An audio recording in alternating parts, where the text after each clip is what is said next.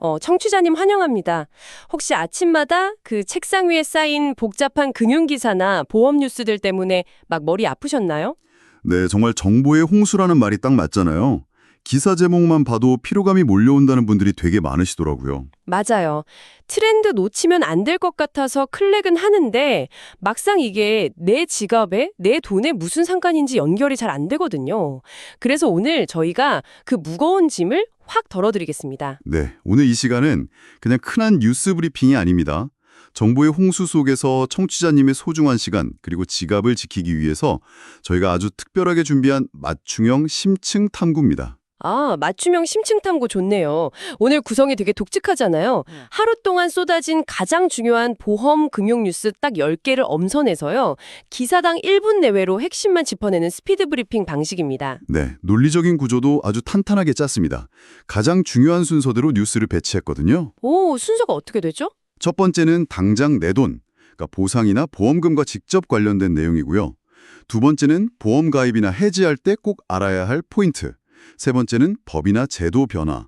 마지막 네 번째는 업계 동향 순서로 진행됩니다. 진짜 내 지갑에서 시작해서 거시 경제로 쭉 뻗어나가는 느낌이네요. 자, 그럼 본격적으로 한번 파헤쳐 볼까요? 첫 번째 섹션, 내 돈과 직접 관련된 소식입니다. 네, 첫 번째 뉴스는 잠자는 내 돈 찾기입니다. 이거 약간 겨울 코트 주머니에서 5만 원짜리 발견했을 때 그 엄청난 기쁨? 그런 거랑 비슷한 건가요? 덜컥 가입한 보험, 손해 안 보고 원금을 돌려받을 수 있다면 진짜 믿으시겠습니까? 예, 설마 하수겠지만 진짜 가능합니다. 지인 영업이나 복잡한 설명 탓에 억지로 가입한 보험을 중간에 깰 때 불안전 판매 요소가 있다면 원금을 다 되찾을 수 있다는 기사입니다. 오, 불안전 판매요? 근데 사실 소비자가 그거 입증하기 되게 어렵잖아요. 그렇죠. 그래서 여기서 꼭 아셔야 할 개념이 두 가지 있습니다. 바로 보험 약관상 설명 의무, 그리고 품질 보증 해지입니다. 말이 좀 어려운데요. 조금 쉽게 풀어주실 수 있나요? 네, 보험약관상 설명 의무는 쉽게 말해서 보험사가 가입자에게 꼭 알려줘야 하는 의무를 뜻하고요.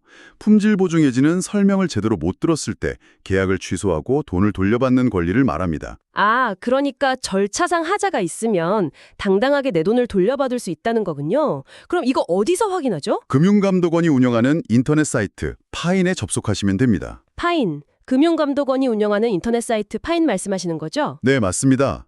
과거에 가입한 보험 중에 뭔가 좀 찜찜한 게 있다면 지금 당장 파인 사이트에 들어가셔서 미수령 환급금을 꼭 확인해 보세요. 좋습니다. 바로 두 번째 뉴스로 넘어가죠. 와, 이번엔 스케일이 다릅니다.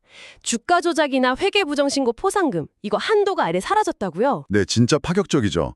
금융당국이 점점 지능화되는 금융범죄를 뿌리 뽑으려고 원래 10억에서 30억 원 사이였던 포상금 한도를 전면 폐지했습니다. 세상에 무제한이라는 거잖아요. 왜 이렇게까지 세게 나오는 걸까요? 이게 범죄가 너무 은밀하게 텔레그램 같은 걸로 이루어지다 보니까 내부자 고발 없이는 잡기가 거의 불가능하거든요.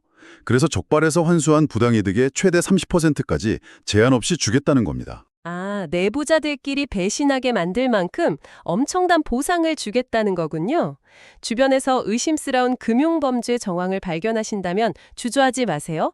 여러분의 신고가 시장을 맑게 하고 엄청난 포상금으로 돌아올 수도 있습니다. 맞습니다. 자, 그럼 자연스럽게 두 번째 섹션, 보험 가입과 해지 시 꼭 알아야 할 포인트로 넘어가 볼까요?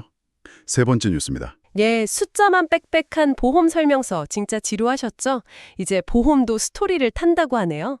이게 대세로 떠오른 스토리형 보험 이야기죠. 네, 여기서 정말 흥미로운 점은요. 왜 갑자기 스토리냐는 겁니다. 옛날에는 암 진단비 1억 이런 식으로 숫자 경쟁을 했잖아요. 그렇죠.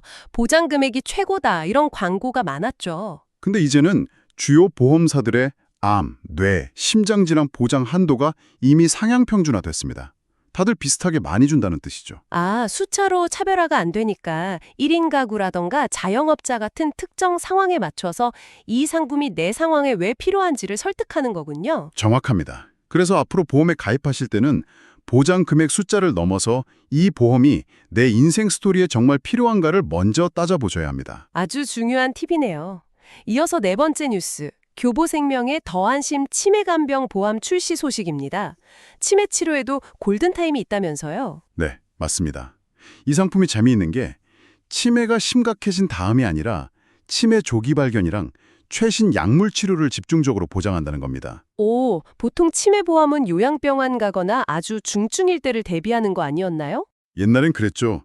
근데 이제 의료기술이 좋아져서 일찍 발견하면 약으로 늦출 수 있거든요. 그래서 경도부터 중증까지 단계별 보장은 물론이고요. 초기 검사비와 약제비를 강화해서 고령화 치다의 실질적인 리스크를 확 줄여준 게 특징입니다. 부모님이나 본인의 치매보험을 고민 중이라면 이제는 초기 검사비랑 약값까지 든든하게 챙겨주는지 꼭 확인하셔야겠네요. 자, 5번째 뉴스입니다. 네. 은퇴 자금에 대한 고민을 해결해줄 미래에셋생명의 보증형 실적배당보험 출시 소식입니다. 은퇴 자금을 안전하게 지킬 것인가 아니면 투자를 할 것인가. 이거 진짜 최대의 난제잖아요. 2마리 토끼를 다 잡는 상품인가요? 맞습니다. 50세 이상 고객이 개인형 퇴직연금 통장, 그러니까 IRP 계좌로 가입하면요.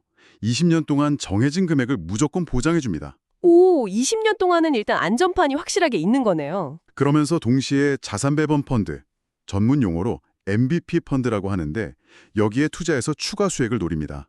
만약 수익이 좋아서 20년 뒤에도 돈이 남아있다면 연금이 소진될 때까지 계속 주는 거죠. 마치 마르지 않는 샘물처럼요. 진짜 똑똑하네요. 50세 이상이시라면 퇴직연금을 그냥 쌓아두기만 할 게 아니라 최소한의 안전장치와 투자 수익을 동시에 노리는 이런 영리한 전략을 꼭 세워보시기 바랍니다. 자, 이제 3번째 섹션으로 넘어가 볼 텐데요. 법, 제도, 정책 변화, 그리고 사회 지표에 대한 이야기입니다. 네, 6번째 뉴스인데 약간 씁쓸한 현실입니다.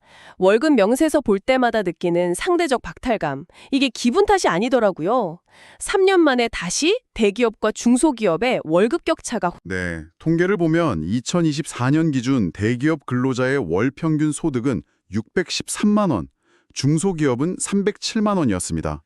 소득 격차가 정확히 2배 수준이죠. 613만 원 대 307만 원. 진짜 딱 2배네요.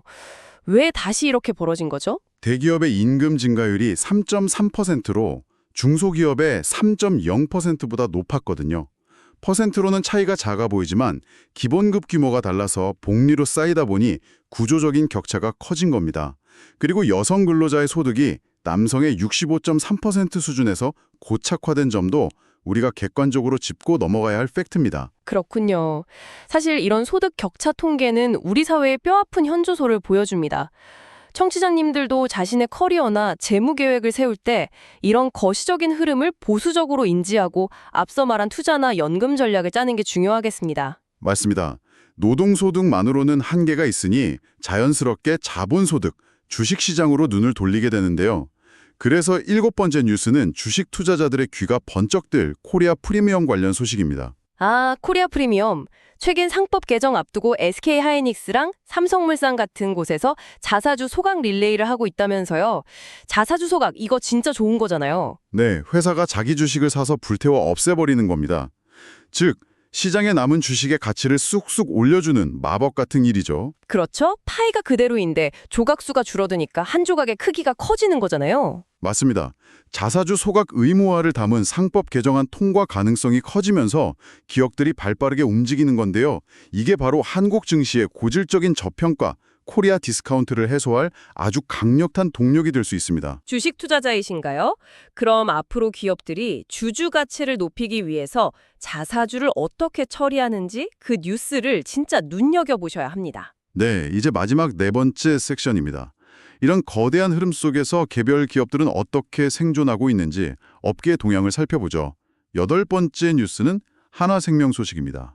요즘 잘 나가는 보험사는 대체 뭘로 돈을 벌까 궁금했는데 하나생명이 지난해 무려 8,363억 원의 순이익을 냈다고요? 네, 근데 여기서 더 중요한 건 신계약 이익이 3년 연속 2조 원을 돌파했다는 점입니다. 신계약 이익이요. 쉽게 말해서 보험사가 앞으로 벌어들일 든든한 예상 이익이 3년 연속 2조 원을 넘었다는 뜻입니다. 네, 마진이 좋은 보장성 보험 판매가 아주 잘 된 덕분이죠. 아, 본업이 되게 튼튼하네요. 그렇죠. 이 튼튼한 자본력을 바탕으로 인도네시아 노부은행도 인수하고 인공지능 기반으로 혁신도 공격적으로 추진하고 있습니다. 보험사를 선택할 때 수익률도 중요하지만 이렇게 이익을 탄탄하게 내면서 글로벌이나 AI로 혁신하는 기업인지 살펴보는 것도 아주 좋은 기준이 되겠네요. 맞습니다. 반면에 내실 다지기에 총력을 기울이는 곳도 있습니다. 9번째 뉴스, IM라이프의 본사 이전 소식입니다. 기업이 본사를 이전하는 건 단순한 이사가 아니잖아요. 다 깊은 뜻이 있죠. 그렇죠. IM라이프는 과거에 변액연금 위주로 크다 보니까 시장이 안 좋아지면서 기초 체력이 좀 떨어졌었거든요. 그래서 이번 본사 이전을 계기로 진짜 튼튼한 자본, 즉 내실 경영을 증명하겠다는 겁니다. AI 기반 자산 관리 서비스도 고도화하고요. 네, 외용보다는 수익의 질을 높이겠다는 아주 중요한 시그널이죠. 가입한 보험사의 재무 상태나 경영 전략이 어떻게 변화하고 있는지 이런 업계 동향 뉴스를 통해서 틈틈이 체크해두는 게 진짜 중요합니다. 자, 대망의 10번째 소식입니다. 마지막 소식은 스케일이 진짜 어마어마합니다. SK하이닉스의 21조 6천억 원 추가 투자 소식입니다. 와, 21조 원이요. 용인 반도체 클러스터에 그렇게 막대한 돈이 쏟아지는군요. 근데 기사를 보니까 고승범 전 금융위원장을 사회이사로 영입했던데요. 반도체 회사의 금융수장 출신이라 좀 이색적인 조합 아닌가요? 이게 그냥 보면 생뚱맞아 보일 수 있는데요. 두 가지를 연결해 보면 아주 고도의 전략입니다. 대규모 투자를 하려면 엄청난 자금 조달이 필요하고 글로벌 규제나 금융 컴플라이언스도 다 뚫어내야 하잖아요. 아, 그러니까 단순하게 공장만 짓는 게 아니라 자금 조달이랑 경영 투명성, 글로벌 규제 대응을 한꺼번에 잡겠다는 거군요. 정확합니다. 우리 경제의 척추인 반도체 산업이 이제는 기술력뿐만 아니라 고도의 금융 전략까지 결합해서 총성 없는 전쟁을 치르고 있다는 걸 보여주는 상징적인 장면이죠. 우리나라 핵심 산업의 정말 거대한 움직임이네요. 경제 전반과 주식시장에 미칠 파급력이 기대됩니다. 자, 이렇게 해서 짧은 시간 동안 10개 핵심 뉴스를 숨가쁘게 달려왔습니다. 숨은 보험금 찾기부터 반도체 초대형 투자 소식까지 청취자님의 지식 창고가 한층 더 꽉 찬 느낌이 드시나요? 오늘 다른 기사들을 관통하는 하나의 통찰이 있습니다. 바로 가치와 스토리입니다. 숫자를 넘어 스토리를 파는 보험, 그리고 주주의 가치를 증명하기 위해 자사주를 소각하고 이사회를 재편하는 기업들의 치열한 노력을 보셨을 겁니다. 정말 그렇네요. 다들 생존을 위해 각자의 스토리를 만들고 가치를 입증하고 있군요. 그래서 마지막으로 청취자님들께 질문을 하나 던지고 싶습니다. 거대한 기업들도 이렇게 변하는데 우리 개인의 금융생활은 어떤가요? 단순히 통장 잔고의 숫자만 늘리려고 하고 계신가요? 아니면 내 삶의 스토리와 가치에 완벽하게 부합하는 나만의 금융 포트폴리오를 설계하고 계신가요? 와, 정말 머리를 한 대 맞은 것 같은 질문이네요. 나만의 스토리와 가치에 맞는 포트폴리오라 오늘 다른 뉴스들이 그 튼튼한 설계를 위한 훌륭한 재료가 되었기를 바랍니다. 앞으로도 쏟아지는 정보 속에서 가장 빛나는 지식만을 싹 건져 올려서 다시 찾아오겠습니다. 여러분, 오늘도 가치 있는 하루 보내시고요. 다음 심층 탐구에서 뵙겠습니다. 감사합니다. 감사합니다.